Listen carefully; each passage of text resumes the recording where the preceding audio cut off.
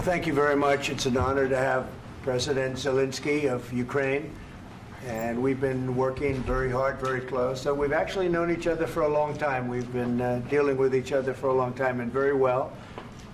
We had a little negotiation spat, but that worked out great. I think for both countries, I think for the world, actually, beyond both countries. And we have something that is a very fair deal. And we look forward to getting in and digging and working and getting some of the rare earth.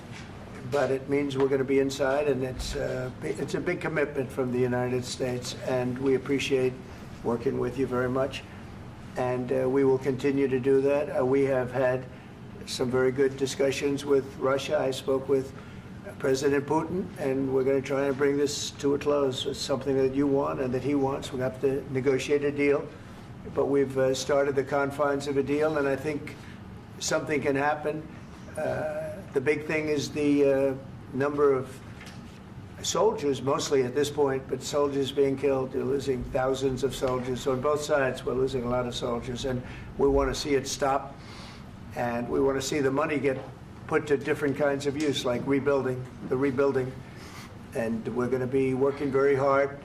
But we've had a lot of very good conversations. I will say until we came along, the Biden administration didn't speak to Russia whatsoever.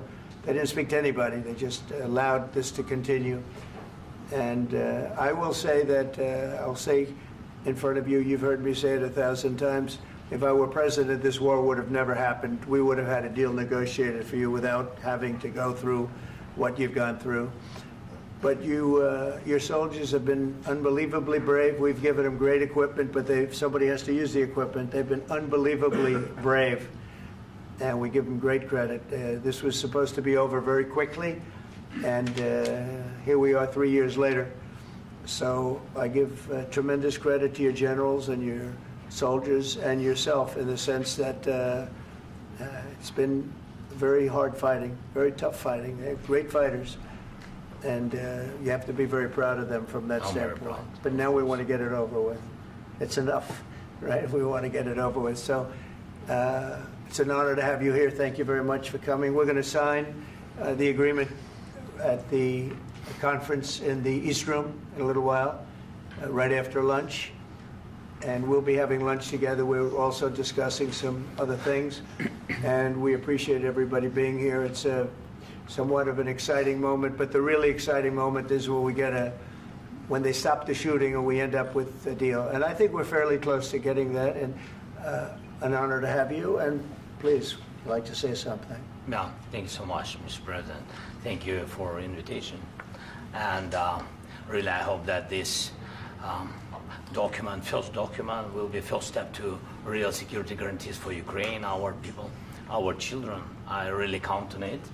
And of course, we count that America will not stop support. Really, for us, it's very important to support and to continue it. I want to discuss it with details further during our conversation, and of course, the infrastructure or security guarantees. Because for today, I understand what Europe is ready to do. And of course, I want to discuss with you what United States will be ready to do. And I really count on your strong position to stop Putin.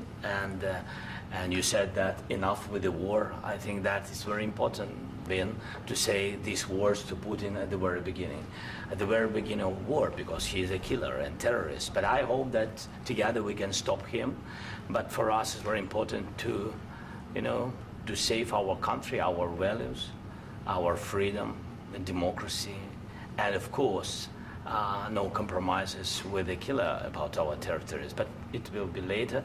And of course, what I wanted, we spoke about it by phone with you, about the drones production. We have very good drones production. I think the best one in the world for today because of the war. Yes, and of course, we need very much the air defense. You have the best air defense in the world, and really you helped us under attacks of Russians. And I want to speak how we can exchange the licenses. We're open to share the licenses of all our drones with you, of course, with the United States. And we need licenses for quick production of air defense. Even after the war, we need our nation to be calm, that we are secure. So that's why we need this air shield. And of course, about this I want to speak about the contingents. I think that France and UK already spoke to you, and we know that Europe is ready, but without the United States, they will not be ready to be as strong as we need. And the last point, last not least, about exchange, about our people and children.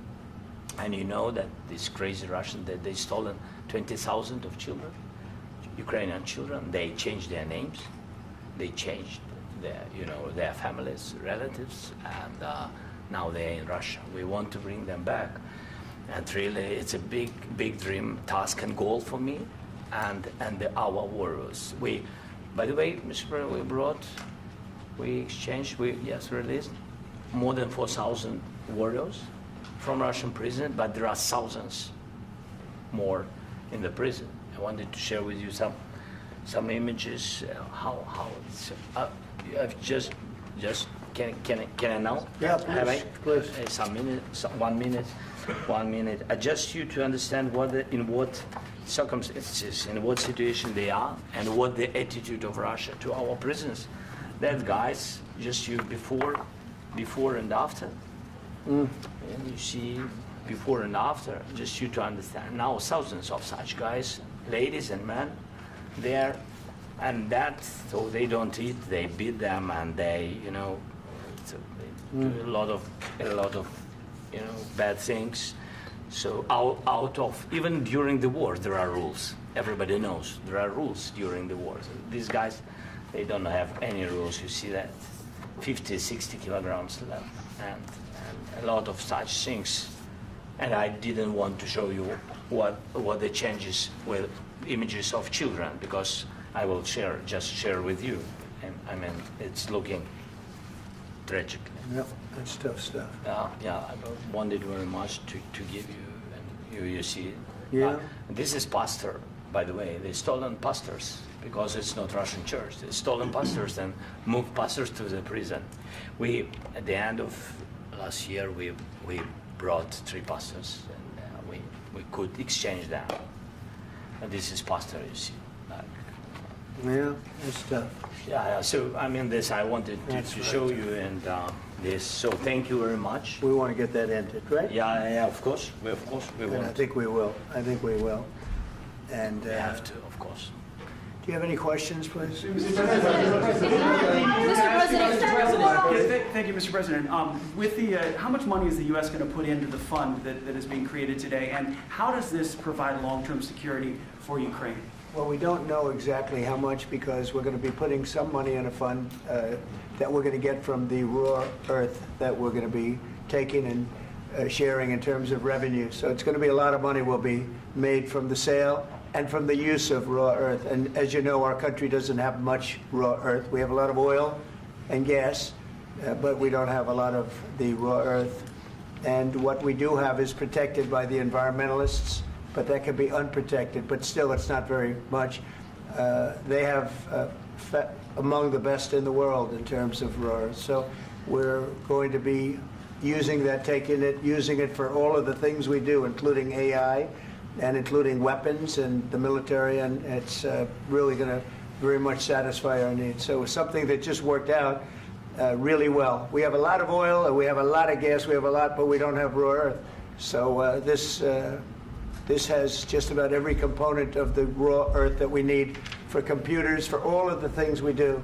This puts us in great shape. And on long-term security for Ukraine, how does this provide it? I think they're going to have great luck. I think once we make the agreement, that's going to be 95% of it. They're not going to go back to fighting.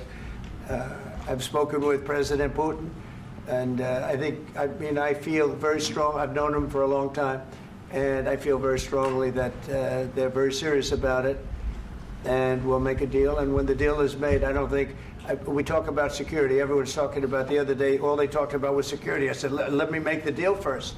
I have to make the deal first. I don't worry about security right now. We have to have a deal, because right now, last week, 2,000 soldiers died on both sides. 2,000.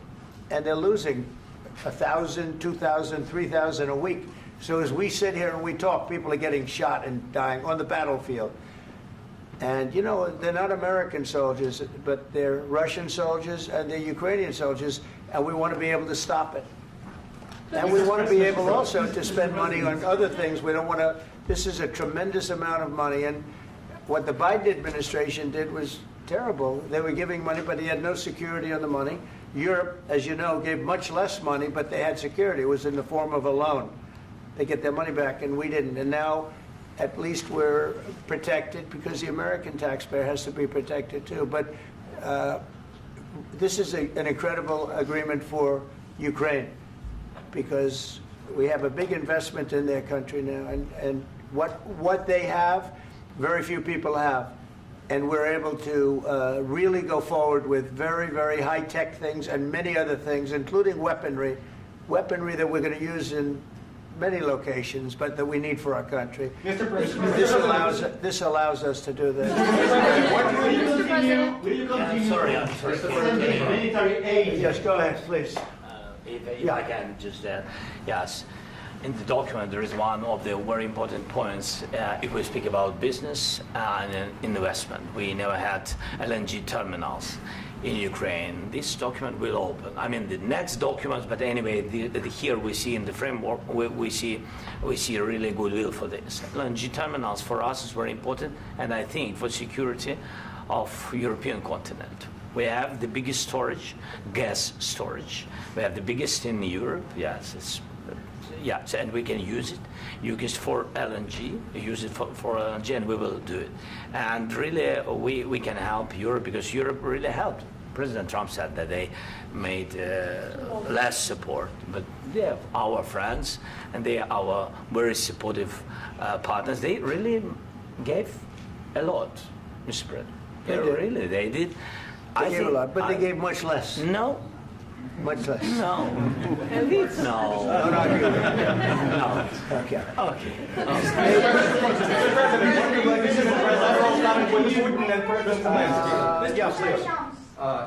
Mr. President Trump, you have repeatedly called the deal with Ukraine as a historical one. And as a President of the United States, you make historical decisions in other issues which affect America and other world. So what place in the world history do you want to take?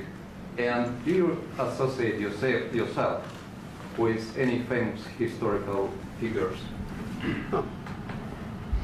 Yeah, I'd say George Washington, Abraham Lincoln. I would say I'm far superior to George Washington and Abraham Lincoln. Now, you know I'm only kidding, right? Because when I say that, the fake news is going to go wild. They're going to say he considers himself to be better than Washington. But you never know. You never know. I don't compare myself to anybody. I'm here to do a job. We've had a great 35 days or whatever it might be, a month, a little more than a month. We've accomplished tremendous amounts. Not only this would be a very great achievement if we could get the war stopped and get them back to normalization. I think that's going to happen. We've had very good talks on both sides, as you know. But I think we've done a very good job, just generally. If you look at all of the things we've done in 30 days, they're saying there's never been a opening for a president. The first month, there's never been a first month like we've had. And this is one of the very important things. This, to me, is one of the most important things because we have tremendous death taking place as we speak, and I don't want to have that. You know, think of the parents, whether they're in Russia or Ukraine, think of the parents of all these people being killed needlessly. They came to our territory. Should have never started. This would have, if I were president, this would have never started. Mr. President, where has out your commitment? Mr. President, will you continue sending military aid to Ukraine after the U.S. signs this agreement with Ukraine? Yeah, we're going to be continuing. To President Zelenskyy, do you feel like the U.S. is on your side, that the President Trump is on your side at this moment? Right. What do you think? He wants to know, do you think that, sort of a stupid question. I guess we wouldn't be here if I wasn't. I think that the United States on our side from the very beginning of occupation, and I think that President Trump on our side, and of course, I'm sure that the United States President will not stop support. This is crucial for us. It's important for us. Yes. And Putin, the president speaks about the people and the soldiers which are dying, but they came to our territory, they came to our land. They began this war, and they have to stop.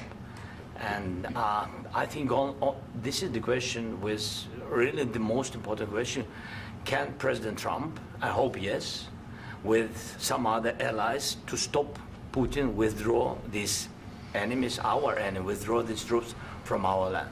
And I think that you asked about the history, I think that if President, or when, he will stop Putin, if President Trump will bring peace to our country, I think he will be on this wall. I think. We've had very, very good talks. What about military aid to Ukraine? President Zelenskyy just said that there'll be no compromises with Vladimir Putin. I just wanted to ask both of you. Firstly, are there compromises that you think that President Zelenskyy is going to have to make? And President Zelenskyy, is there anything that you might be thinking that you may be able to offer or bring to the table, for example, elections? Thank you.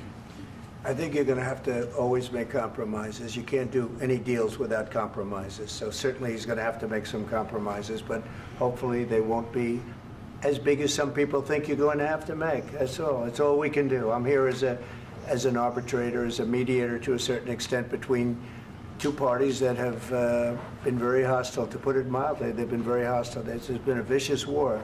There's been a vicious war. You know, it's a very level battlefield, and those bullets go out, and as I've said many times, we were talking about it with Pete, many times the only thing stopping those bullets is a human body. And in the case we're talking about, generally young human bodies are stopping a lot of bullets. It's dead level. That's why it's great farmland. It's great land. It's great farmland, but there's very little protection against the bullets that are being, and other things that are being shot. So all I can do is see if I can get everybody at the table and get an agreement. And I think we're going to end up with an agreement. Otherwise, I wouldn't probably be even here today. Mr. President, I've got two questions for you. You think ultimately your legacy will be the peacemaker and not the president that led this country into another war and ended foreign wars? And I've got a question. I hope it will. I mean, I hope I'm going to be remembered as a peacemaker. This would be a great thing if we could do this. I'm doing this to save lives more than anything else. Second is to save a lot of money, but I consider that to be far less important. So I hope I'm going to, thank you, Brian, for that question. It was a nice question. I hope I'll be known and recognized as a peacemaker. This would be a great thing to solve. This is a very dangerous situation. You know, this could lead to a third world war. This was headed in the wrong direction. If this election were lost, if we didn't win this election, and by the way, we won it by a lot. That was a mandate. We won every swing state. We won the popular vote by millions and millions of votes. We won everything. The districts, you look at the areas of red, take a look at a map. This was a big mandate, and this was one of the things. I said, we're going to get this thing settled. If we didn't win, I think this could have very well ended up in a third world war, and that would not have been a good situation. What was your second question? And my second question for President Zelenskyy, why don't you wear a suit? You're at the highest, why don't you wear a suit? You're at the highest level in this country's office, and you refuse to wear a suit. Just want to see if do you own a suit? Yeah, problems. A lot of Americans have problems with you not respecting the dignity of this office. I will wear a costume after this war will finish. Okay. Yes, maybe one. Maybe something like this. Something like yours. Yes. That'd be great. Maybe something better. I don't know. Yeah. We will see. Maybe something cheaper than. Yeah. Thank you. Thank you. President Trump. Thank you, President Trump. You said yesterday that you have. Are you going to send more arms to Ukraine in case there's no peace? Yeah, we're going to have arms to Ukraine, yeah, sure. Hopefully I won't have to send very much, because hopefully we're going to have it finished. We're looking forward to finishing this quickly. We're not looking forward to sending a lot of arms. We're looking forward to getting the war finished so we can do other things. But we very much appreciate the agreement, because we needed what they had, and we're treating, you know, our country is now treated fairly. Biden didn't do that. He didn't know what the hell he was doing. This should have never happened. This should have never started. But you know, sure, the answer is yes, but hopefully we won't have to send much, because I'm looking forward to getting it done quickly, very quickly. Does that mean you'll provide security guarantees, Mr. President? I don't want to talk about security yet, because I want to get the deal done. You know, you fall into the same trap like everybody else. A million times you say it over and over. I want to get the deal done. Security is so easy. That's about 2% of the problem. I'm not worried about security. I'm worried about getting the deal done. The security is the easy part. Security is very nice. Everybody stopped shooting. And now will Europe put people there? I know France is going to. I know the UK is going to. I know other countries are going to, and they happen to be right next door.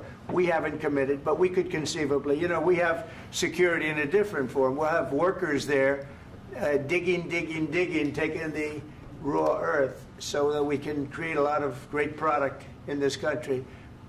So in that sense, you have something, but we haven't determined that yet. I will say, in speaking to France and in speaking to, and they were here, as you know, last week and just the other day, they have committed to a lot of security. I don't think you're going to need much security. I think once this deal gets done, it's over. Russia's not going to want to go back, and nobody's going to want to go back. When this deal ends, I really believe this deal is going to be over. Question? Yeah, please go ahead. Go ahead. Thank you, Mr. President, thank you. You had both Macron and Keir Starmer at the White House this past week, both of whom praised your courage and conviction to lead the pathway towards peace. Yes. Part of that involved, though, re-engaging Russia in diplomatic relations, something that previous leaders lacked the conviction to do so. What gave you the moral courage and conviction to step forward and lead that? Well, I love this guy. Who are you with? One American News, sir. Well, that's why I like him. One American News does a great job. I like the question. I think it's a very good question. It's a pathway to peace. It's a pathway to getting something solved. And I feel that as the head of this country, I have an obligation to do that. Plus, you know, we're very much involved. We got involved. It's too bad we got involved, because there should have been no involvement, because there should have been no war. And there shouldn't have been October 7th. That would have never happened. As you know, Iran was broke. They had no money to give to Hezbollah. They had no money to give to Hamas. They were stone cold broke. And then under Biden, they became rich as hell.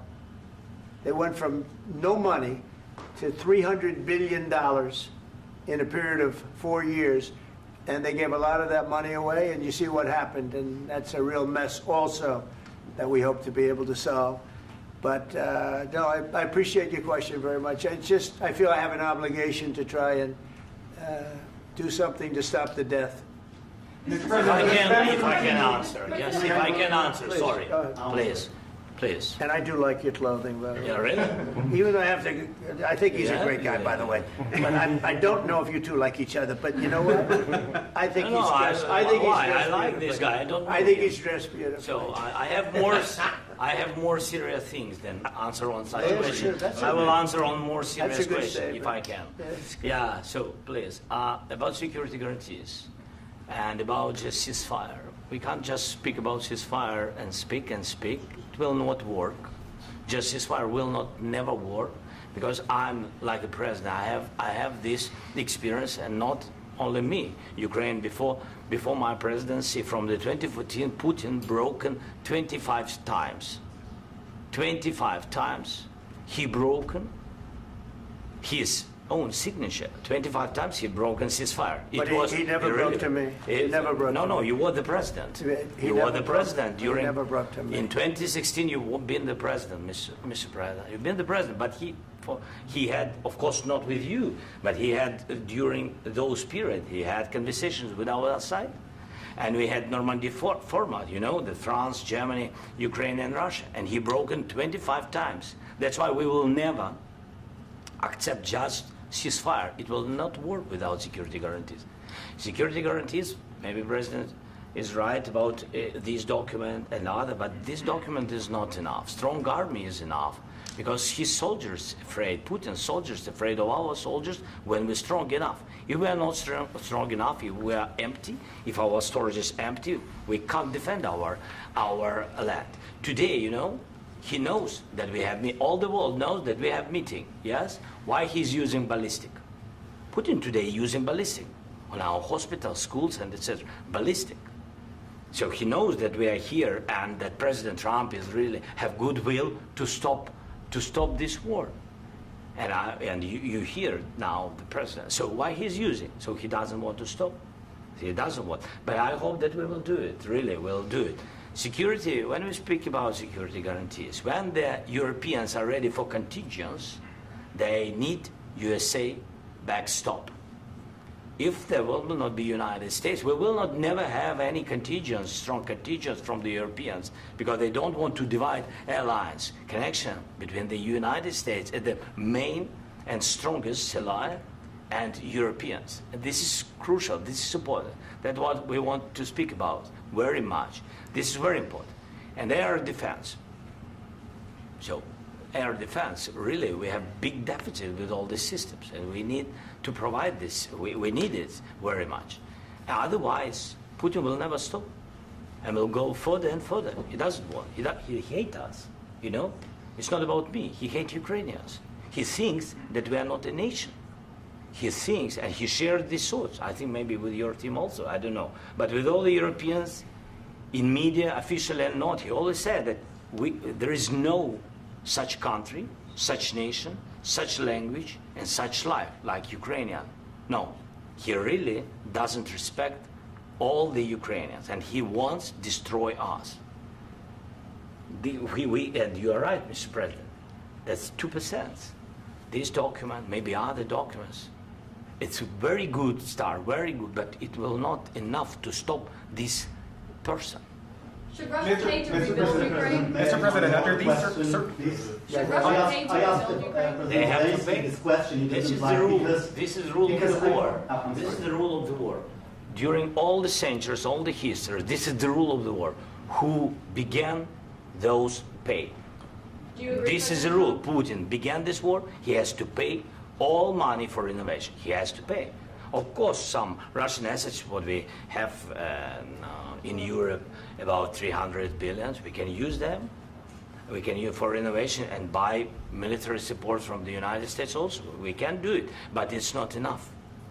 It's not enough. President, under these circumstances, do you envision a trilateral summit with Putin and President Zelenskyy? Wait 1 second. I asked this question that you didn't like because I wanted to know if you want to position yourself in the middle between Russia and Yes. Ukraine, or on the Ukraine side. No, I'm in the middle. I want to solve this thing. I'm for both. I want to get it solved.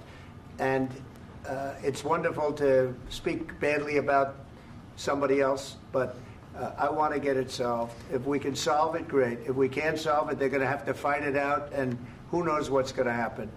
But I want to see it get solved. May I follow up?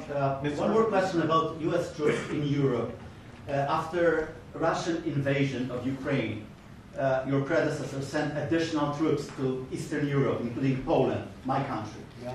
Are you committed to keeping these troops on the eastern flank of NATO in the future? I'm very committed to Poland. I think Poland has really stepped up and done a great job for NATO. They, as you know, they paid more than they had to. They are one of the finest groups of people I've ever known. I'm very committed to Poland. What about Baltics? Poland's in a tough neighborhood, you know. What about the Baltics? The Baltics, they got a lot of, it's a tough neighborhood too, but we're committed. We're going to be very committed, and we're committed to NATO. But NATO has to step up, and the Europeans have to step up more than they have. And I want to see them equalize, because they are in for far less than we're in, and they should be at least equal. You understand that? Why is the United States, we have an ocean in between, why is the United States in for so much more money and other things as Europe? With that being said, and as you said, they've also been obviously very helpful, but we have put in far more than they have, and I think they should equalize. Mr. President, Please, go ahead. Ask you about the agreement again today. What changed between the first time that Secretary Bessent gave President Zelenskyy the agreement and today for the signing? We made a deal. So What was the I'm just, deciding factor? I'm a business person. We made a deal. That's what changed. Along with minerals. I didn't think we were going to make a deal, and We ended up making the deal, so that changed. Mr. President, what and how do you envision a trilateral summit with President Zelenskyy and Putin? I don't know, under but these well, they circumstances? don't like each other. I can tell you that. Okay? They do not like each other. This is not a love match, and it's unfortunate. That's why you're in this situation. The United States should not have allowed this to happen. Okay? The United States, run by a man that didn't know much. I'm going to be very nice. Run by an incompetent person, very incompetent person, should never have allowed this to happen. I've stopped wars. I've stopped many wars. My people will tell you, I stopped wars that nobody ever heard about. I stopped wars before they ever started. You can look at some of, I could give you a lot of nations that would tell you right now they were probably going to war. I could tell you right now there's a nation thinking about going to war on something that nobody in this room has ever even heard about. Two smaller nations, but big, still big. And I think I've stopped it. But this should have never happened. Mr. President, Sorry, just a second. About any negotiations. First of all, I want really to tell you, and I think that everybody understands that Ukraine, more than Ukrainians, nobody wants to stop this war. But at the future, any negotiations, it's understandable that two sides of the war, not Russia and the United States, because this is not the war between Russia and the United States. This is war of Russia against Ukraine and Ukrainian people. So these two sides will be at the will be at the negotiation table. Then of course United States, like the strongest partner of the Ukraine, and of course Europe. I think Europe is very important. I want to speak about it with the President. Yes, Europe is very important for us because we really defend Europe for today. All Europeans really recognize that we are defending line and they have real life and our people are dying. That's why they helped us. And also it's about the NATO. Yes, between, like the President said, you have big, nice ocean. Yes, between us. But if we will not stay, Russia will go further to Baltics and to Poland, by the way. But first to the Baltics. It's understandable for them because they've been in the USSR. You know, they've been one of the republics of the USSR, and Putin wants to bring them back to his empire. It's a fact. And when he will go there, if we will not stay, you will fight. Your American soldiers, it doesn't matter, do you have ocean or not, your soldiers will fight. Mr. President, would you be willing to visit Ukraine, maybe Kyiv or Odessa, which is known to be a dirty area of Black Sea? It was my question. I'm sorry. I don't want to talk about Odessa now. Let's not talk about Odessa. I want to talk about making a deal, getting peace. We don't have to talk about Odessa, but a lot of cities have been destroyed. There are a lot of cities that are not recognizable. There's not a building standing. No. And a lot of things have Mr. President, you have to come and to look. No. We have very good cities. Yes, a lot of things have been destroyed, but mostly cities alive, and people work, and children go to school. Sometimes it's very difficult. Sometimes closer to front line, children have to go to underground schools or online, but we live. Ukraine is fighting, and Ukraine lives. This is very important. And maybe it's Putin is sharing this information that he destroyed us. No, he lost 700,000 people, 700,000 soldiers. He lost everything. Yes. So. Mr. President, one more. I mentioned Poland. Please, go ahead. When did you last speak with President Putin, and what did he say that? A couple of days ago. And what did he tell you that gave you the assurance that he wanted peace? Well, that's what I do. My whole life is deals. I know pretty good. And I've known him for a long time. I've dealt with him for a long time. He had to suffer through the Russia hoax. You know, Russia was a hoax. It was all Biden. It was nothing to do with him. So he had to suffer through that, and he was able to do that. I think that he wants to make a deal, and he'd like to see it end. That's all I do. That's what I do. My whole life, that's what I do is make deals. And I'm in the middle of a mess because this is a real mess. It's a very dangerous one. If this doesn't get solved now, it's not going to get solved for a long time. So I hope we're going to get it solved. In the back, please. Thank you, Mr. President. Prime Minister Starmer claimed repeatedly that his government believes in free speech and was not engaged in censorship. But his country's government arrests people for memes and thought crimes, and even more worrisome is pressuring American companies to censor Americans on its behalf. How can he be a reliable, trustworthy partner when he says things that are demonstrably false on such an important topic? Well, we actually spoke to him about that yesterday, and we thought they took it very, very much too far. JD was very strong on it. So was I. So was Marco. And we've been speaking to him about it. Marco, would you like to say something about that? Yeah, we have concerns, obviously, with the conduct of theirs, particularly as it impacts Americans. And there's real concern that American speech, which is online, could fall into the hands of British or any country's jurisdiction. And so this is a point the Vice President made at Munich, and I think it's a very compelling one, that what unites us with Europe, as much as anything else, is these shared values, and one of them being free speech. And so if Americans are threatened by it, we're going to need to take action in that regard. Mr. President. It's actually a very important question. We spoke about this in detail with the Prime Minister, the Foreign Secretary, and others at lunch yesterday. And I know that Secretary of Commerce Lutnick followed up in private meetings last night. This is really important. We believe Americans have the right to speak their mind, even if we in this room disagree with them. They have the right to speak their mind in the public square, which is often online these days. And we're going to defend that right as it pertains to American companies and American citizens vigorously if we have to. I do think that under the President's leadership, we're going to find common ground with our friends in the UK on this question, but it remains to be seen. The principle that will guide us is we believe in free speech in this country, and we'll fight for it for American citizens. Mr. President, on the deal, is there any other oil and gas component to the deal? Is it all critical? A little bit. We'll see. On LNG? But we're not really looking for that so much. We got a lot. We have more than anybody in the world, by far. So no, we're not talking about it too much, but a little bit. I think it affects also, but for the most part, no. And sir, is there any agreement from Ukraine to purchase U.S. LNG as part of the deal, or is that on the table at all? No, we don't need that. Mr. President, I just wanted to ask you about, you just mentioned that you'd spoken to Vladimir Putin a couple of days ago. Just to be clear, that's a new call, not the one that you... I've spoken to him on numerous occasions. Okay. And how was the latest call? What did you discuss? How did it go? Are you serious with that question? I am. I'd love to know. It went well. I think we're going to have a deal.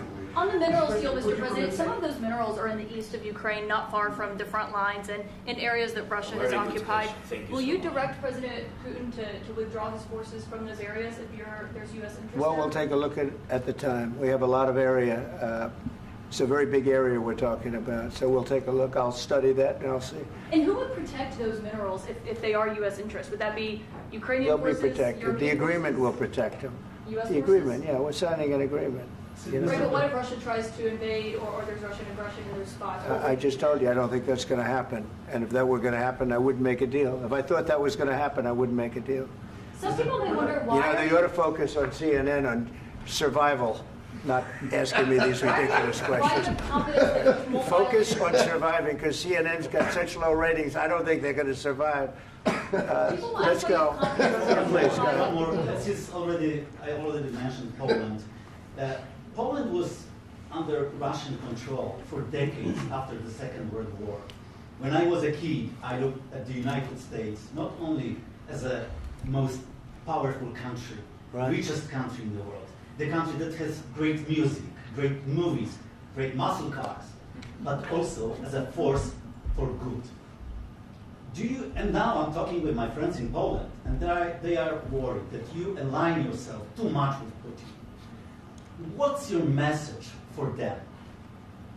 Well, if I didn't align myself with both of them, you'd never have a deal. You want me to say really terrible things about Putin and then say, "Hi, Vladimir, how are we doing on the deal?" That doesn't work that way. I'm not aligned with Putin. I'm not aligned with anybody. I'm aligned with the United States of America and for the good of the world. I'm aligned with the world, and I want to get this thing over with. You see the hatred he's got for Putin. It's very tough for me to make a deal with that kind of hate. He's got tremendous hatred, and I understand that, but I can tell you the other side isn't exactly in love with, him either. So it's not a question of alignment. I'm aligned with the world. I want to get the thing set. I'm aligned with Europe. I want to see if we can get this thing done. You want me to be tough? I could be tougher than any human being you've ever seen. I'd be so tough.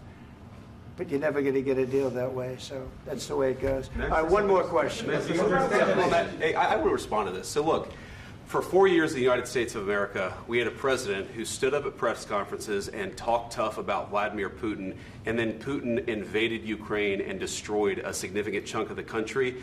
The path to peace and the path to prosperity is maybe engaging in diplomacy. We tried the pathway of Joe Biden of thumping our chest and pretending that the President of the United States' words mattered more than the President of the United States' actions. What makes America a good country is America engaging in diplomacy. That's what President Trump is doing. Can I ask you? Sure. Yeah? Yeah. Okay. So he occupied it, our parts, big parts of Ukraine, part of East and Crimea. So he occupied it on 2014. So during a lot of years, so I'm not speaking about just Biden, but those time was Obama, then President Obama, then President Trump, then President Biden, now President Trump, and God bless, now President Trump will stop him. But during 2014, nobody stopped him.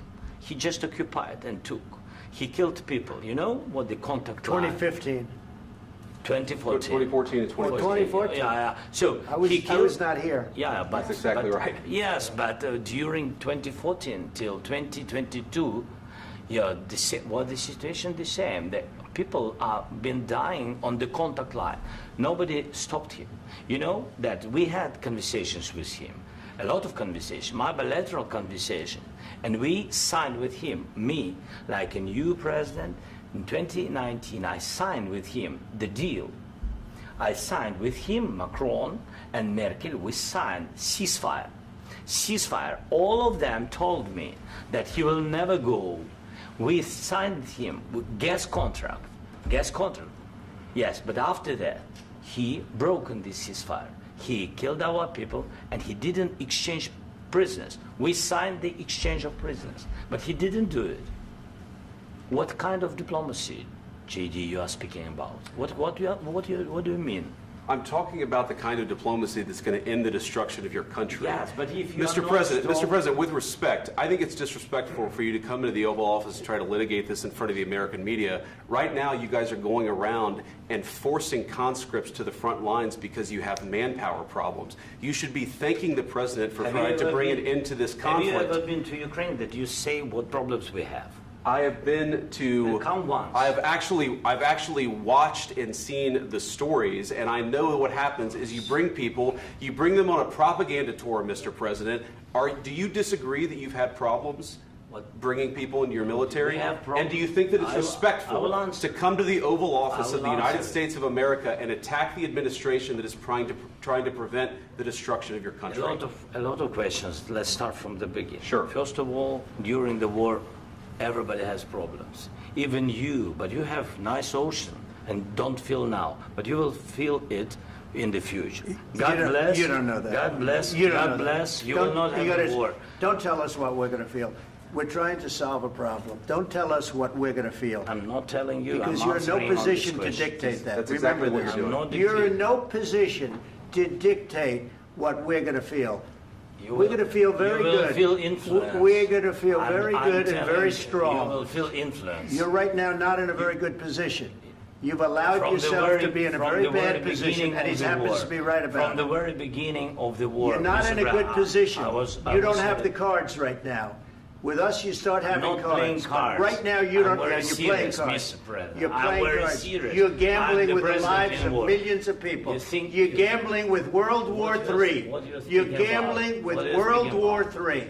And what you're doing is very disrespectful to the country, this country. That's back to you. Far more than a lot of people said they should have. Have you said thank you once? This a lot entire of meeting? times. No, in this Even entire meeting, today. have you said thank Even you? today. You went to Pennsylvania and campaigned for the opposition in October. Offer some words of appreciation for the United States of America and the president who's trying to save your country.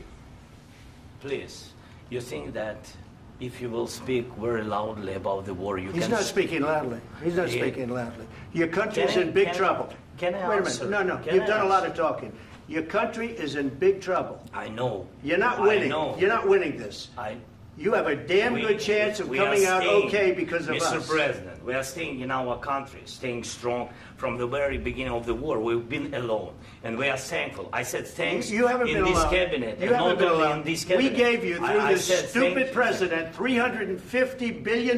You voted we gave for you your military president. equipment, You and you voted men for are your brave, president. but they had to use our military. What about West? If you didn't have You our invited military me- equipment, You invited if me you to didn't speak. have our military equipment, this war would have been over in 2 weeks. In 3 okay? days, I heard it from Putin. In 3 days, this is something Maybe new. less. In 2 weeks, of course, yes. It's going to be a very hard thing to do business like this. I Again, tell you. just say thank you. I said a lot of times thank you to American people. Accept that there are disagreements, and let's go litigate those disagreements rather than trying to fight it out in the American media when you're wrong. We know that you're wrong. But you see, I think it's good for the American people to see what's going on. I understand, sir. I think it's I very understand. important. That's why I kept this going so long. You have to be thankful. You don't have the I'm cards. thankful. You're buried there. Your people are dying. tell you You're again, running I low know. on soldiers. Don't- Listen, don't please, you're running Mr. low on President. soldiers. It would be a damn good thing. Mr. And then President. then you tell us, I don't want a ceasefire. I don't want a ceasefire. I want to go and I want this. Look, if you could get a ceasefire right now, I tell you, you take it so the bullets stop flying and your men stop getting killed. Of course, we want to stop the war. But you're I saying said- you don't want a ceasefire. But I said to you, I want a ceasefire. with guarantees. Because you'll get a ceasefire faster than an agreement. Ask our people about ceasefire, what they think. That wasn't it doesn't with matter me. for you what that what wasn't is- with me. It That was wasn't with you. a guy named Biden, who was not a smart person. This That is was your, with, this that was is with your Obama. president. It was your president. Excuse me. That was with Obama, who gave you sheets, and I gave you javelins. Yes. I gave you the javelins to take out all those tanks. Obama gave you sheets. In fact, the statement is Obama gave sheets and Trump gave javelins. You got to be more thankful, because let me tell you, you don't have the cards. With us, you have the cards. But without us, you don't have any cards. One more question to Mr. Vice President. I'm sorry. It's going to be a tough deal to make, Um, because the attitudes have to change. What if Russia breaks ceasefire? What if Russia breaks peace talks? What do you do then? I understand that it's a heated conversation right now. What are you but saying? what She's if asking, what if Russia breaks the ceasefire? What if anything? What if a bomb drops on your head right now? But they have Okay? broken ceasefire. What if they broke it? I don't know. They broke it with Biden, because Biden, they didn't respect him. They didn't respect Obama. They respect me. Let me tell you, Putin went through a hell of a lot with me. He went through a phony witch hunt where they used him and Russia. Russia. You ever hear of that deal? That was a phony Hunter Biden, Joe Biden scam. Hillary Clinton, Shifty Adam Schiff. It was a Democrat scam. And he had to go through that. And he did go through it. We didn't end up in a war. And he went through it. He was accused of all that stuff. He had nothing to do with it. It came out of Hunter Biden's bathroom. It came out of Hunter Biden's bedroom. It was disgusting. And then they said, oh, the laptop from hell was made by Russia. The 51 agents. The whole thing was a scam. And he had to put up with that. He was being accused of all that stuff. All I can say is this. He might have broken deals with Obama and Bush, and he might have broken them with Biden. He did, maybe. Maybe he didn't. I don't know what happened. But he didn't break them with me. He wants to make a deal. I don't know if you can make a deal. The problem is, I've empowered you to be a tough guy. And I don't think you'd be a tough guy without the United States. And your people are very brave. But you're either going to make a deal or we're out. And if we're out, you'll fight it out. I don't think it's going to be pretty, but you'll fight it out. But you don't have the cards. But once we sign that deal, you're in a much better position. But you're not acting at all thankful. And that's not a nice thing. I'll be honest, that's not a nice thing. All right, I think we've seen enough. What do you think? Huh? This is going to be great television, I will say that. All right. We'll see what we can do about putting it together. Thank you, sir. I need the back of this. We'll see. I don't know. All right, guys, come on. Wait. Hey, let's go. Guys, come on.